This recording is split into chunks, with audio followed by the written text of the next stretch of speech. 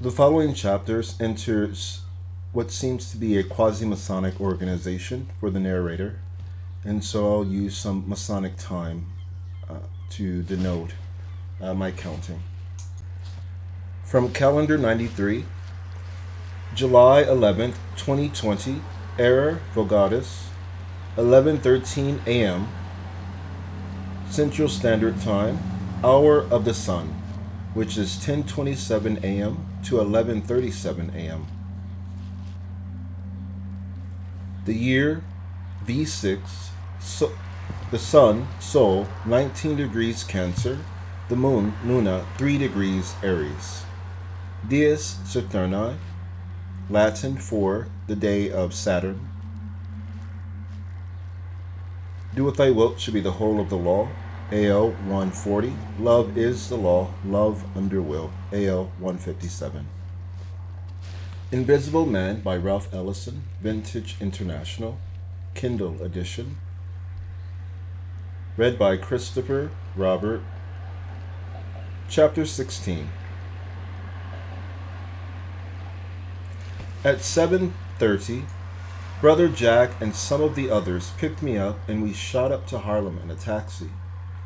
As before, no one spoke a word. There was only the sound made by a man in the corner who drew noisily on a pipe full of rum-flavored tobacco, causing it to blow on and off a red disk in the dark. I rode with mounting nervousness. The taxi seemed unnaturally warm. We got out in a side street and went down to a narrow alley in the dark, to the rear of the huge barn-like building. Other members had already arrived. Ah, here we are, Brother Jack said, leading the way through a dark rear door to a dressing room lighted by naked, low-hanging bulbs. A small room with wooden benches and a row of steel lockers with a network of names scratched on the doors. It had a football locker smell of ancient sweat, iodine, blood, and rubbing alcohol, and I felt a welling up of memories. We remain here until the building fills, Brother Jack said. Then we make our appearances just at the height of their impatience. He gave me a grin. Meanwhile, you think about what you'll say. Did you look over the material? All day, I said. Good. I suggest, however, that you listen carefully to the rest of us. We'll all precede you so that you can get the pointers for your remarks. You'll be last. I nodded, seeing him take two of the other men by the arm and retreat to a corner. I was alone. The others were studying their notes, talking. I went across the room to a torn photograph tacked to the faded wall. It was a shot and fighting stance of a former prize fight champion, a popular fighter who had lost his sight in the ring. It must have been right here in this arena, I thought. That had been years ago. The photograph was that of a man so dark and battered that he might have been of any nationality. Big and loose-muscled, he looked like a good man. I remembered my father's story of how he had been beaten blind in a cricket fight, of the scandal that had been suppressed, and how the fighter had died in a home for the blind. Who would have thought I'd ever come here? How things were twisted around. I felt strangely sad and went and slouched on a bench. The others talked on, their voices low. I watched them with a sudden resentment. Why did I have to come to this? What if they bored the audience to death before I came on? I'd probably be shouted down before I could get started. But perhaps not. I thought, jabbing my suspicions away. Perhaps I could make an effect through the sheer contrast between my approach and theirs. Maybe that was the strategy. Anyway, I had to trust them. I had to. Still, a nervousness clung to me. I felt out of place. From beyond the door, I could hear a distant scrape of chairs, a murmur of voices. Little worries whirled up within me that I might forget my new name,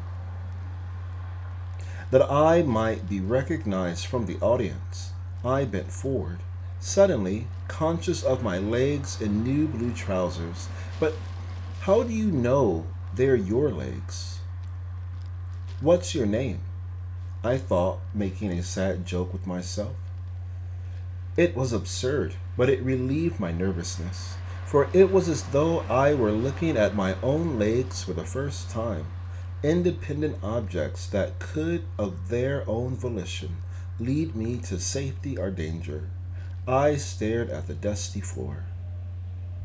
Then it was as though I stood simultaneously at opposite ends of a tunnel. I seemed to view myself from the distance of the campus, while yet sitting there on a bench in the old arena, dressed in a new blue suit, sitting across the room from a group of intense men who talked among themselves in hushed, edgy voices, while yet in the distance I could hear the clatter of chairs, more voices, a cough. I seemed aware of it all from a point within me, yet there was a disturbing vagueness about what I saw, a disturbing uniformed quality, as when you see yourself in a photo exposed during adolescence. The expression empty, the grin without character, the ears too large, the pimples, courage bumps, too many and too well defined. This was a new phase, I realized, a new beginning, and I would have to take that part of myself that looked on with remote eyes and keep it always at the distance of the campus, the hospital machine, the battle royale, all now far behind. Perhaps the part of me that observed listlessly but saw all, missing nothing, was still the malicious, arguing part, the dissenting voice, my grandfather part, the cynical, disbelieving part, the traitor self that always threatened internal discord. Whatever it was, I knew that I'd have to keep it pressed down. I'd have to. For if I were successful tonight, I'd be on the road to something big. No more flying apart at the seams, no more remembering forgotten pains. No, I thought, shifting my body, they're the same legs on which I've come so far from home, and yet they were somehow new. The new suit imparted a newness to me. It was the clothes and the new name and the circumstances. It was a newness too subtle to put into thought, but there it was. I was becoming someone else. I sensed vaguely, and with a flash of panic, that the moment I walked out upon the platform and opened my mouth, I'd be someone else. Not just a nobody with a manufactured name which might have belonged to anyone or to no one, but another personality. Few people knew me now, but after tonight, how was it? Perhaps simply to be known, to be looked upon by so many people, to be the focal point of so many concentrating eyes. Perhaps this was enough to make one different, enough to transform one into something else, someone else, just as by becoming an increasingly larger boy, one became one day a man with a deep voice, although my voice had been deep since I was 12. But what if someone from the campus wandered into the audience? Or someone from Mary's, even Mary herself? No, it wouldn't change it. I heard myself say softly, "That's all past." My name was different. I was under orders. Even if I met Mary on the street, I'd have to pass her by unrecognized. A depressing thought, and I got up abruptly and went out of the dressing room and into the alley. Without my overcoat, it was cold. A feeble light burned about the entrance, sparkling the snow.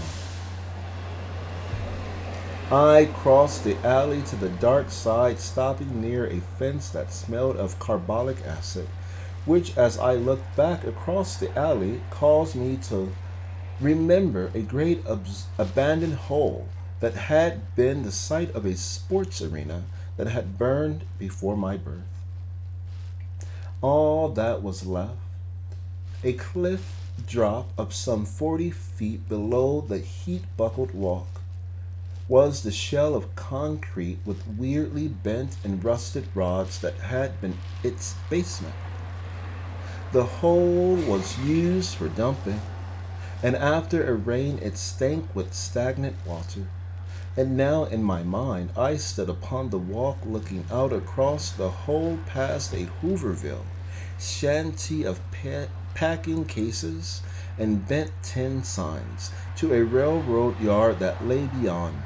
Dark, depthless water lay without motion in the hole, and past the Hooverville a switch engine idled upon the shining rails, and as a plume of white steam curled softly from its funnel, I saw a man come out of the shanty and start up the path which led to the walk above.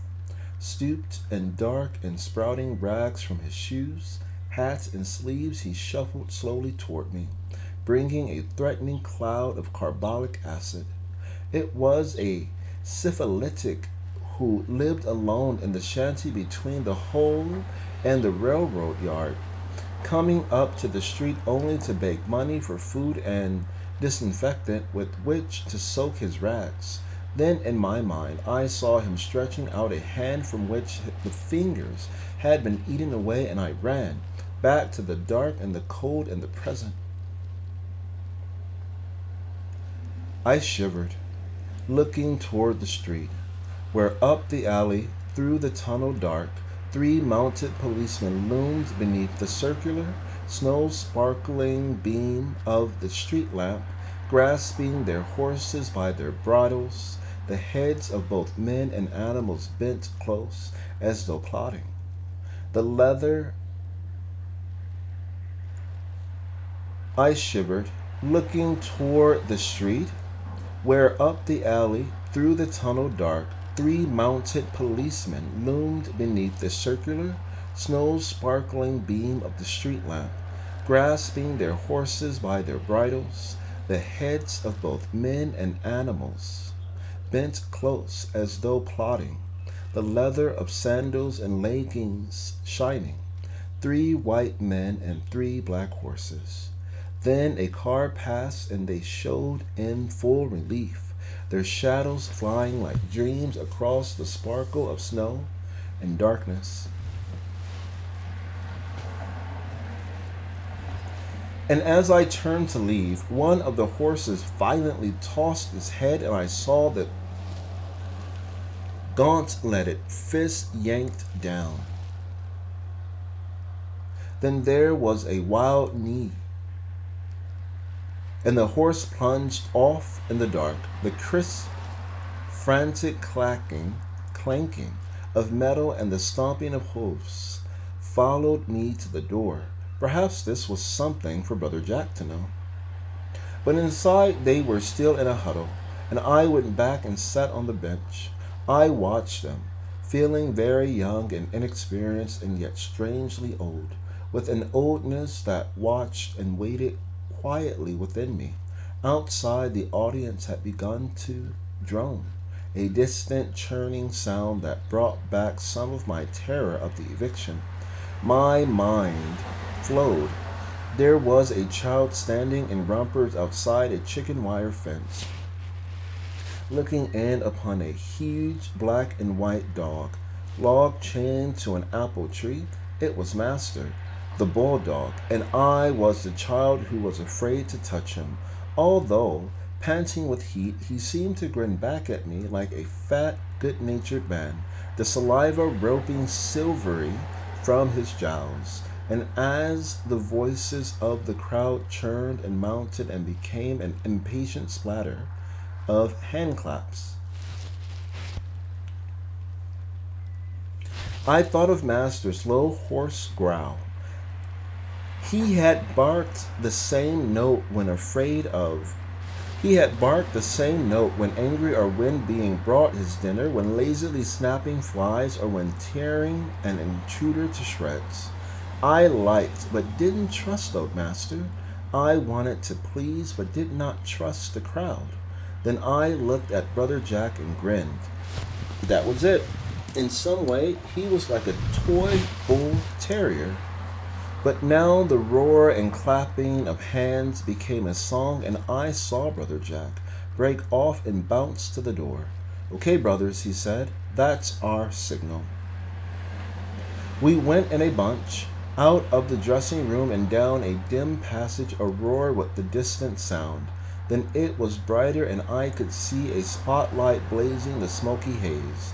We moved silently, Brother Jack following two very black Negroes and two white men who led the procession.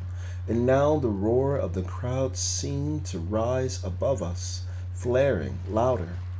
I noticed the others fall into columns of four, and I was alone in the rear, like the pivot of a drill team. Ahead, a slanting shaft of brightness marked the entrance to one of the levels of the arena. And now, as we passed it, the crowd let out a roar.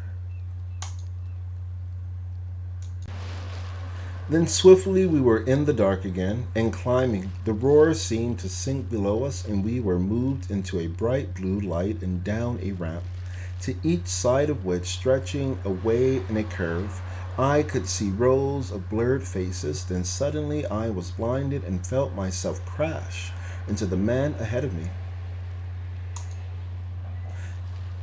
It always happens the first time, he shouted, stopping to let me get the balance, his voice small in the rear. It's the spotlight.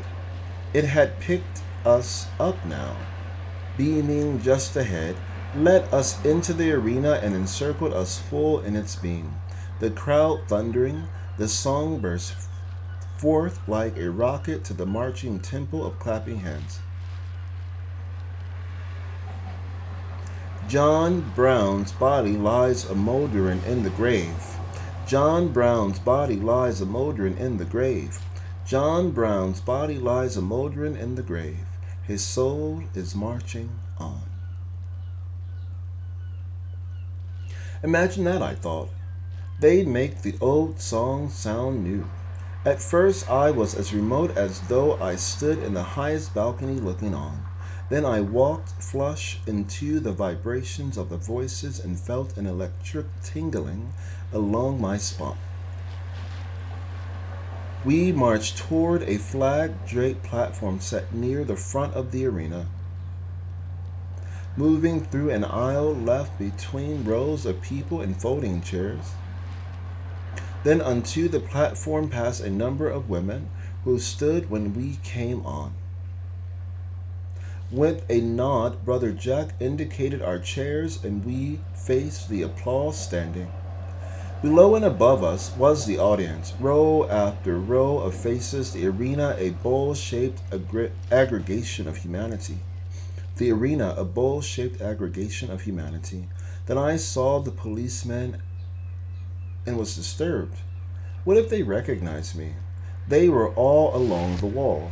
I touched the arm of the man ahead, seeing him turn, his mouth halting in a verse of the song. Why are the police? I said, leaning toward the back of the chair. Cops? Don't worry. Tonight they're ordered to protect us. This meeting is of great political consequences, he said, turning away. Who ordered them to protect us? I thought.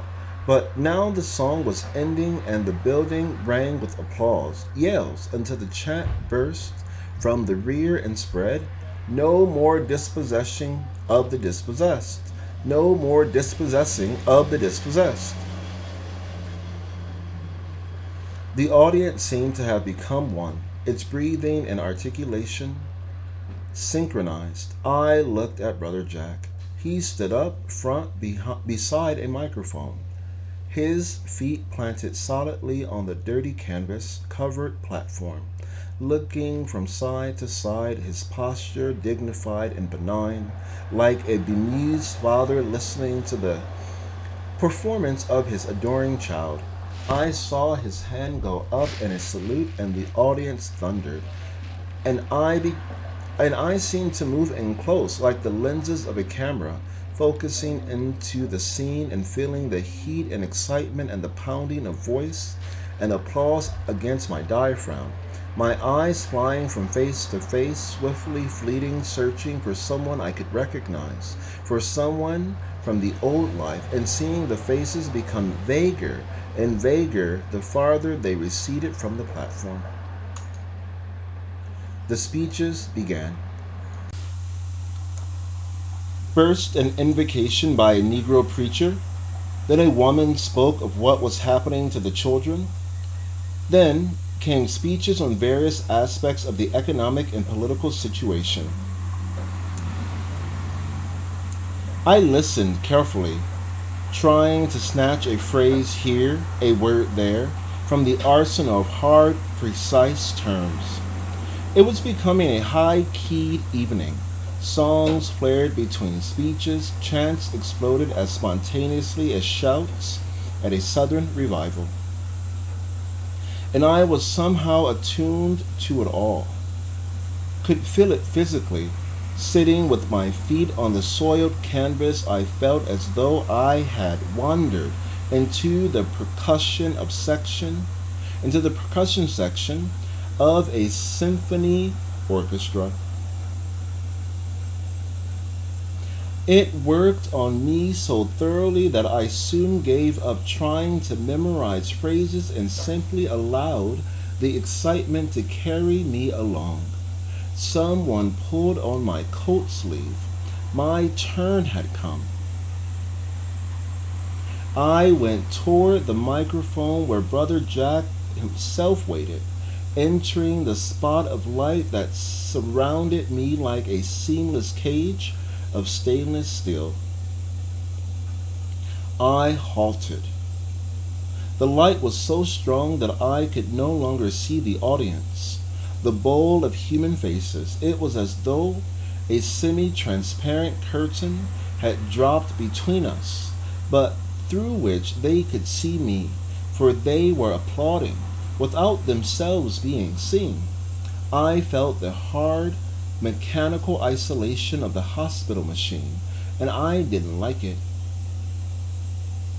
His Ezekiel experience. I stood, barely hearing Brother Jack's introduction. Then he was through, and there was an encouraging burst of applause, and I thought, they remember. Some of them were there. The microphone was strange and unnerving.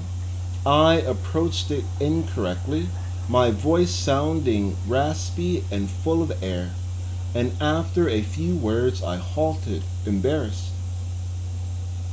I was getting off to a bad start. Something had to be done.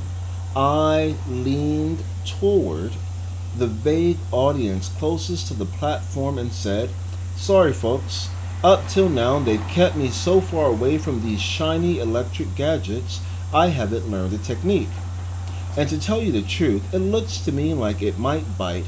Just look at it. It looks like the steel skull of a man.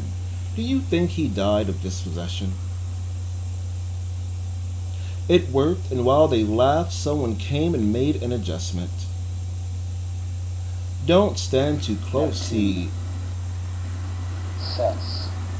"Don't stand too close," he advised.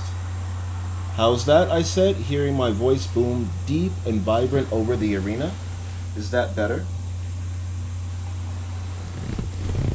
There was a ripple of applause.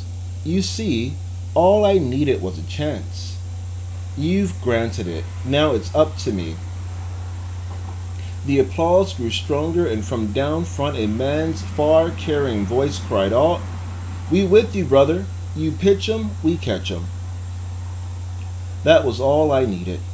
I'd made a contact, and it was as though his voice was that of all of them all. I was wound up nervous. I might have been anyone, might have been trying to speak in a foreign language, for I couldn't remember the correct words and phrases from the pamphlets. I had to fall upon tradition, and since it was a political meeting, I selected one of the political techniques that I'd heard so often at home, the old down to earth. I'm sick and tired of the way they've been treating us approach. I couldn't see them, so I addressed the microphone and the cooperative voice before me. You know, there are those who think we who are gathered here are dumb, I shouted. Tell me if I'm right. That's a strike, brother, the voice called. You pitched a strike. Yes, they think we're dumb. They call us the common people, but I've been sitting here listening and looking and trying to understand what's so common about us. I think they're guilty of a gross misstatement of fact. We are the uncommon people. Another strike, the voice called in the thunder, and I paused, holding up my hand to halt the noise. Yes, we're the uncommon people, and I'll tell you why. They call us dumb and they treat us dumb. And what do they do with dumb ones? Think about it. Look around. They've got a slogan and a policy. They've got what Brother Jack would call a theory and a practice.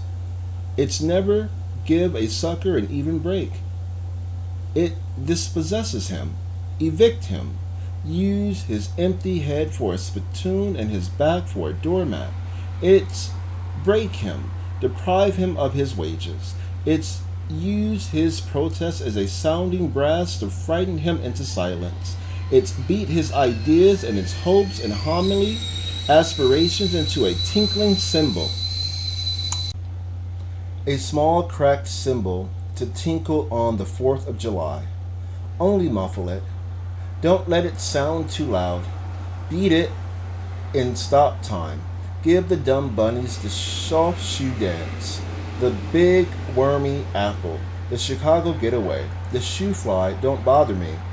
And do you know what makes us so uncommon? I whispered hoarsely. We let them do it.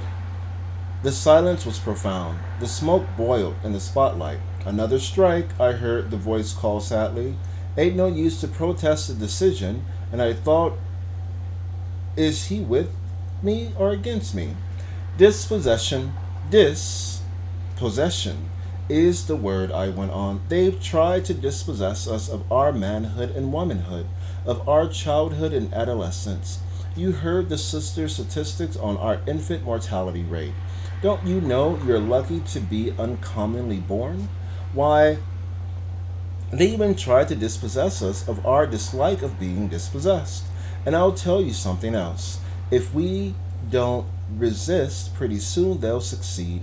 These are the days of dispossession, the season of homelessness, the time of evictions. We'll be dispossessed of the very brains in our heads, and we're so uncommon that we can't even see it.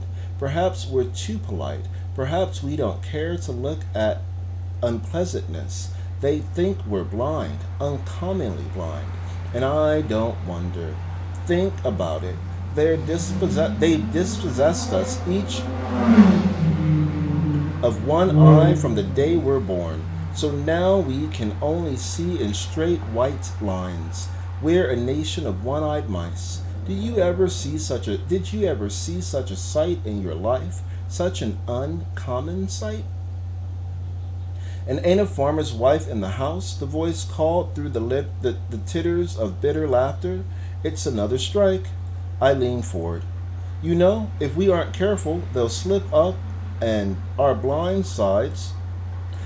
They'll slip up on our blind sides and plop, out goes our last good eye and we're blind as bats.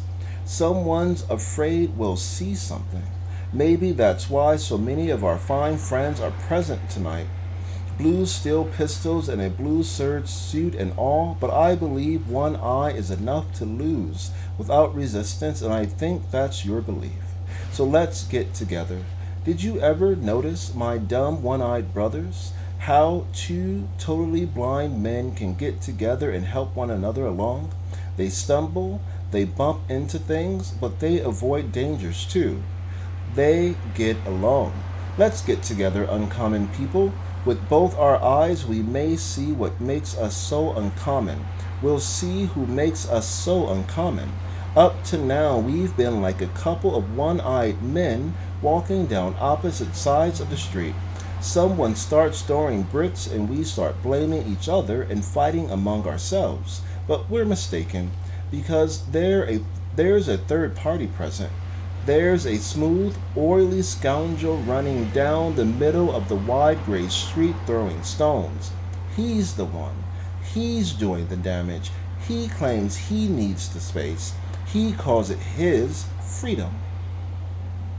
And he knows he's got us on our blind side and he's been popping away till he's got us silly, uncommonly silly. In fact, his freedom has got us damn nigh blind. Hush now, don't call no names, I called, holding up my palm. I say to hell with this guy. I say, come on, cross over. Let's make an alliance. I'll look out for you, and you look out for me. I'm glad at catching you. I'm good at catching you, and I've got a damn good pitching arm. You don't pitch no balls, brother, not a single one. Let's make a miracle, I shouted. Let's take back our pillaged eyes. Let's reclaim our sight. Let's combine and spread our vision. Peep around the corner, there's a storm coming. Look down the avenue, there's only one enemy. Can't you see his face? It was a natural pause and there was applause, but as it burst, I realized that the flow of words had stopped. What would I do when they started to listen again? I leaned forward, straining to see through the barrier of light. They were mine out there and I couldn't afford to lose them. Yet I suddenly felt naked, sensing that the words were returning and that something was about to be said that I shouldn't reveal. Look at me. The words ripped from my solar plexus. I haven't lived here long. Times are hard. I've known despair. I'm from the South. And since coming here, I've known eviction. I'd come to distrust the world. But look at me now. Something strange is happening. I'm here before you. I must confess. And suddenly Brother Jack was beside me, pretending to adjust the microphone. Careful now, he whispered. Don't end your usefulness before you've begun. I'm all right, I said, leaning toward the mic. May I confess, I shouted. You are my friends. We share a common disinheritance, and it's said that confession is good for the soul. Have I your permission? You're batting 500, brother, the voice called. There was a stir behind me. I waited until it was quiet and hurried on. Silence is consent, I said. So I'll have it out. I'll confess it. My shoulders were squared, my chin thrust forward, and my eyes focused straight into the light. Something strange and miraculous and transforming is taking place in me right now, as I stand here before you. I could feel the words forming themselves, slowly falling into place. The light seemed to boil opalescently, like liquid soap shaken gently in a bottle. Let me describe it. It is something odd. It's something that I'm sure I'd never experience anywhere else in the world. I felt your eyes upon me. I hear the pulse of your breathing. And now at that moment, with your black and white eyes upon me, I stumbled in a stillness so complete that I could hear the gears of the huge clock mounted somewhere on the balcony gnawing upon time. What is it, son? What do you feel? A shrill voice cried. My voice fell into a husky whisper. I feel suddenly that I have become more human. Do you understand? More human. Not that I have become a man, for I was born a man, but that I am more human. I feel strong. I feel able to get things done. I feel that I can see sharp and clear and far down the dim corridor of history, and in it I can hear the footsteps of militant fraternity. No, wait, let me confess. I feel the urge to affirm my feelings. I feel that here, after a long and desperate and uncommonly blind journey, I have come home. Home! With your eyes upon me, I felt that I found my true family, my true people, my true country. I am a new citizen of the country of your vision, a native of your fraternal land. I feel that here tonight, in this old arena, the new is being born and the vital old revived. In each of you, in me, in us all. Sisters, brothers, we are the true patriots, the citizens of tomorrow's world. We'll be dispossessed no more.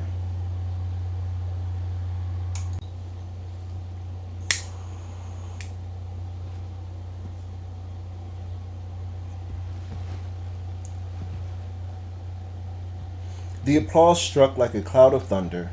I stood transfixed, unable to see, my body quivering with the roar. I made an indefinite movement. What should I do? Wave to them? I faced the shouts, cheers, shrill whistling. My eyes burned from the light. I felt a large tear roll down my face and I wiped it away with embarrassment. Others were starting down. Why didn't someone help me get out of the spot before I spoiled everything? But with the tears came an increase of applause and I lifted my head surprised, my eyes streaming. The sound seemed to roar up in waves. They had begun to stomp the floor and I was laughing and bowing my head, now unashamed. It grew in volume. The sound of splitting wood came from the rear. I grew tired, but still they cheered until finally I gave up and started back toward the chairs. Red spots danced before my eyes. Someone took my hand and leaned toward my ear. You did it, goddammit, you did it. And I was puzzled by the hot mixture of hate and admiration bursting through his words as I thanked him and removed my hand from his crushing grasp. Thanks, I said, but the others had raised them to the right pitch. I shuddered. He sounded as though he would like to throttle me. I couldn't see and there was much confusion and suddenly someone spun me around, pulling me off balance. And I felt myself pressed against warm, feminine softness, holding on. Oh, brother, brother, a woman's voice cried into my ear. Little brother, and I felt the hot, moist pressure of her lips upon my cheek. Blurred figures bumped about me. I stumbled as in a game of blind man's bluff.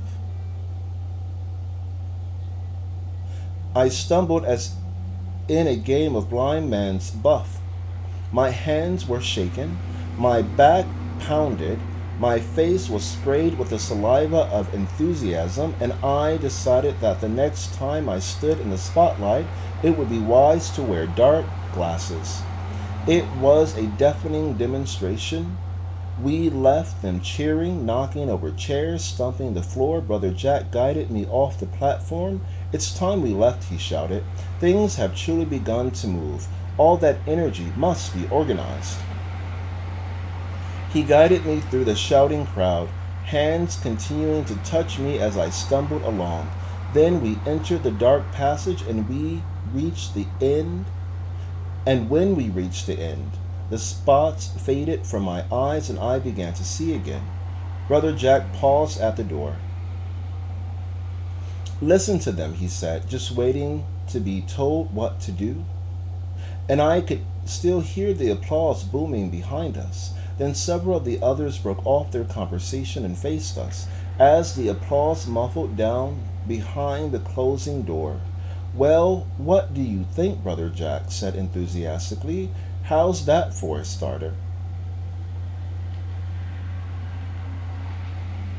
There was a tense silence. I looked from face to face, black and white, feeling swift panic.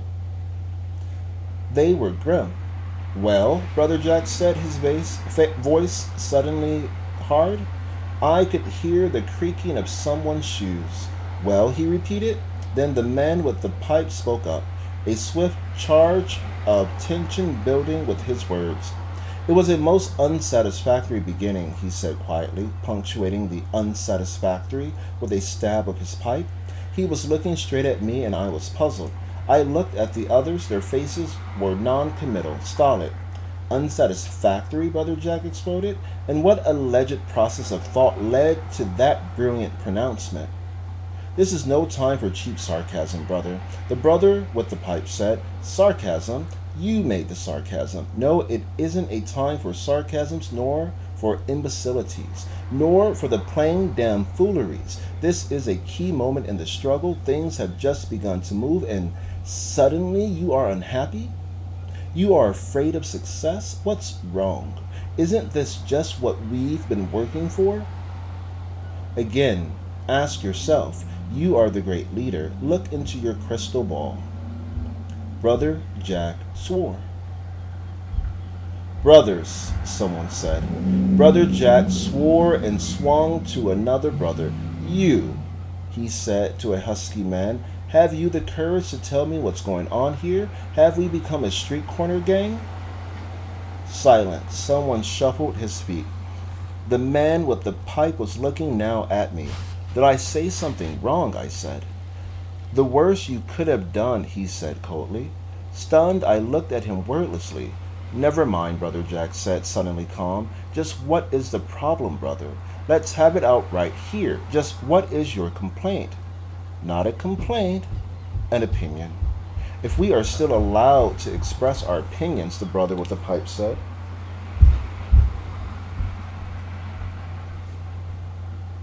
Your opinion, then, Brother Jack said.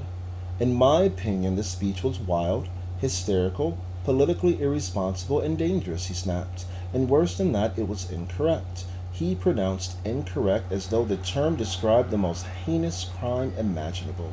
And I stared at him open-mouthed, feeling a vague guilt. So, Brother Jack said, looking from face to face, there's been a caucus and decisions have been made. Did you take minutes, Brother Chairman? Have you recorded your wise disputations? There was no caucus, and the opinion still holds, the brother with the pipe said. No meeting, but just the same there has been a caucus and decisions have been reached even before the event is finished. But brother, someone tried to intervene. A most brilliant operation, Brother Jack went on, smiling now. A consummate example of skilled theatrical, Nijinsky's leaping ahead of history. But come down, brothers. Come down or you'll land on your dialectics. The stage of history hasn't built that far. The month after next, perhaps, but not yet. And what do you think, Brother Westrom? He's asked, pointing to a big fellow of the shape and size of supercargo. I think the brother's speech was backward and reactionary, he said. I wanted to answer but could not. No wonder his voice had sounded so mixed when he congratulated me. I could only stare into the broad face with his hate-burning eyes. And you, Brother Jack said? I liked the speech, the man said. I thought it was quite effective. And you, Brother Jack said to the next man? I am of the opinion that it was a mistake. And just why? Because we must strive to reach the people through their intelligence. Exactly, the brother with the pipe said. It was the antithesis of the scientific approach. Ours is a reasonable point of view. We are champions of a scientific approach to society, and such a speech as we've identified ourselves with tonight destroys everything that has been said before. The audience isn't thinking, it's yelling its head off. Sure, it's acting like a mob, the big black brother said. Brother Jack laughed. And this mob, he said? Is it a mob against us? Or is it a mob for us? How do our muscle-bound scientists answer that? But before they could answer, he continued. Perhaps you're right. Perhaps it is a mob. But if it is, then it seems to be a mob that's simply boiling over to come along with us. And I shouldn't have to tell you theoreticians that science bases its judgment upon experiment. You're jumping to conclusions before the experiment has run its course. In fact, what What's happening here tonight represents only one step in the experiment, the initial step, the release of energy. I can understand that it should make you timid. You're afraid of carrying through to the next step because it's up to you to organize that energy. Well, it's going to be organized and not by a bunch of timid. Well, it's going to be organized and not by a bunch of timid, sideline theoreticians arguing in a vacuum, but by getting out and leading the people. He was fighting mad, looking from face to face, his red head bristling, but no one answered his challenge. It's disgusting, he said, pointing to me. Our new brother has succeeded by instinct where for 2 years your science has failed. And now all you can offer is destructive criticism? I beg to differ, the brother with the pipe said. To point out the dangerous nature of the speech isn't destructive criticism. Far from it. Like the rest of us, the new brother must learn to speak scientifically. He must be trained. So at least it occurs to you, Brother Jack said, pulling down the corners of his mouth. Training. All is not lost. There's hope that our wild but effective speaker may be tamed. The scientists perceive a possibility. Very well, it has been arranged. Perhaps not scientifically, but arranged nevertheless. For the next few months, our new brother is to undergo a period of intense study and indoctrination under the guidance of Brother Hambro. That's right, he said as I started to speak. I meant to tell you later. But that's a long time, I said. How am I going to live? Your salary will continue, he said.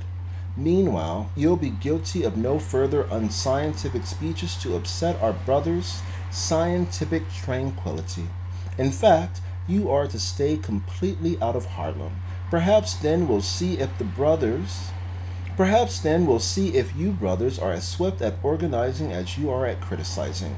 It's your move, brothers. I think Brother Jack is correct, a short, bald man said, and I don't think we, of all people, should be afraid of the people's enthusiasm. What we've got to do is to guide it into channels where it will do the most good. The rest were silent. The brother with the pipe looking at me unbendingly. Come, Brother Jack said, let's get out of here. If we keep our eyes on the real goal, our chances are better than ever before. And let's remember that science isn't a game of chess. Although chess may be played scientifically, the other thing to remember is that if we are to organize the masses, we must first organize ourselves. Thanks to our new brother, things have changed. We mustn't fail to make use of our opportunity. From now on, it's up to you. We shall see, the brother with the pipe said. And as for the new brother, a few talks with Brother Hambro wouldn't harm anyone. Hambro, I thought. Going out? Who the hell is he? I suppose I'm lucky that they didn't fire me. So now I've got to go to school again. Out in the night, the group was breaking up and Brother Jack drew me aside. Don't worry, he said. You'll find Brother Hambro interesting, and a period of training was inevitable. Your speech tonight was a test which you passed with flying colors, so now you'll be prepared for some real work. Here's the address. See Brother Hambro the first thing in the morning. He's already been notified. When I reached home, tiredness seemed to explode within me. My nerves remained tense even after I had had a hot shower and crawled into bed. In my disappointment, I wanted only to sleep. But my mind kept wandering back to the rally. It had actually happened. I had been lucky and had said the right things at the right time, and they had liked me. Or perhaps I had said the wrong things in the right places. Whatever. They had liked it regardless of the brothers, and from now on my life would be different. It was different already, for now I realized that I meant everything I had said to the audience. even though I hadn't known that I was going to say those things. I had intended only to make a good appearance, to say enough to keep the brotherhood interested in me. What had come out was completely uncalculated, as though another self within me had taken over and held forth. And lucky that it had, or I might have been fired. Even my technique had been different. No one who had known me at college would have recognized the speech, but that was as it should have been, for I was someone new. Even though I had spoken in a very old fashioned way, I had transformed, and now, lying restlessly in bed in the dark, I felt a kind of affection for the blurred audience whose faces I had never clearly seen. They had been with me from the first word. They had wanted me to succeed, and fortunately I had spoken for them, and they had recognized my words. I belonged to them. I sat up, grasping my knees in the dark as the thought struck home. Perhaps this was what was meant by being directed and set aside. Very well, if so, I accepted it. My possibilities were suddenly broadened. As a Brotherhood spokesman, I would represent not only my own group, but one that was much larger. The audience was mixed, their claims broader than race. I would do whatever was necessary to serve them well. If they could take a chance with me, then I'd do the very best that I could. How else could I save myself from disintegration? I sat in the dark trying to recall the consequence of the speech. Already it seemed the expression of someone else. Yet I knew that it was mine and mine alone. And if it was recorded by a stenographer, I would have to look at it tomorrow. Words, phrases skipped through my mind. I saw the blue haze again. What had I meant by saying that I had become more human? Was it a phrase that I had picked up from some preceding speaker, or a slip of the tongue? For a moment I thought of my grandfather and quickly dismissed him. What had an old slave to do with humanity? Perhaps it was something that Woodbridge had said in the literature class back at college. I could see him vividly, half drunk on words and full of contempt and exultation, pacing before the blackboard chalked with quotations from Joyce and Yeats and Sean O'Casey. Then, thin, nervous, neat, pacing as though he walked a high wire of meaning upon which no one of us would ever dare venture, I could hear him. Stephen's problem, like ours, was not actually one of creating the uncreated conscience of his race. Stephen's problem, like ours, was not actually one of creating the uncreated conscience of his race, but of creating the uncreated features of his face. Our task is that of making ourselves individuals. The conscience of a race is the gift of its individuals who see, evaluate, record. We create the race by creating ourselves, and then, to our great astonishment, we will have created something far more important. We will have created a culture. Why waste time creating a conscience for something that doesn't exist? For, you see, blood and skin do not think. But no, it was Woodridge, more human. Did I mean that I had become less of what I was, less a Negro? Or that I was less a being apart, less an exile from down home, the South? But all this is negative. To become less in order to become more? Perhaps that was it. But in what way more human? Even Woodridge hadn't spoken of such things. It was a mystery once more. As at the eviction, I had uttered words that had possessed me.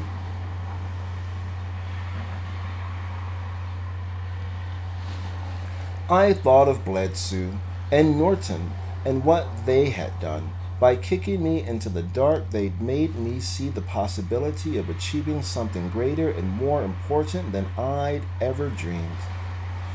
Here was a way that didn't lead through the back door. a way not limited by black and white, but a way which, if one lived long enough and worked hard enough, could lead to the highest possible rewards. Here was a way to have a part in making the big decisions, of seeing through the mystery of how the country, the world really operated. For the first time, lying there in the dark, I could glimpse the possibility of being more than a member of a race. It was no dream. The possibility existed. I had only to work and learn and survive in order to go to the top. Surely I'd study with Hambro.